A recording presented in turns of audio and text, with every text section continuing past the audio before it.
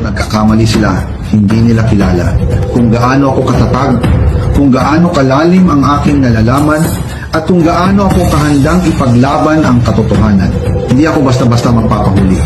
Lalo na kung ang kapalit nito ay ang aking buhay at ang pagkawala ng katotohanan matagal nang itinatago. Alam ko ang panganib, alam ko ang bigat ng laban na ito, ngunit mas mabigat para sa akin ang manahimik habang ang bayan ay niloloko at pinagsasamantalahan. Darating ang tamang panahon at kapag dumating yun, ilalantad ko ang lahat ng aking nalalaman tungkol sa mga nasa likod ng anomalyang bumabalot sa flood control project. Hindi ito simpleng usapin ng katiwalian nito, ay usapin ang kinabukasan ng ating bayan ng perang dapat napunta sa tunay na serbisyo ngunit napupunta sa bulsa ng iilan. Sa ngayon, pinipili ko munang maging maingat. Hindi pa ito ang oras. Hanggat nananatili ang mga sakim sa kapangyarihan, kailangan kong maghintay, magmasid at maghanda.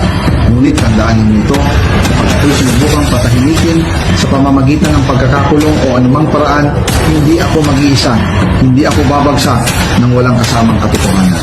Isasama ko ang mga dapat managot, walang makakatakas. Panahon na para magising ang bawat isa. Panahon na para manindigan at huwag hayaang manaig ang takot sa halip na katotohanan. Kung patuloy tayong mananahimik, lalo lamang lalakas ang loob ng mga umaabuso.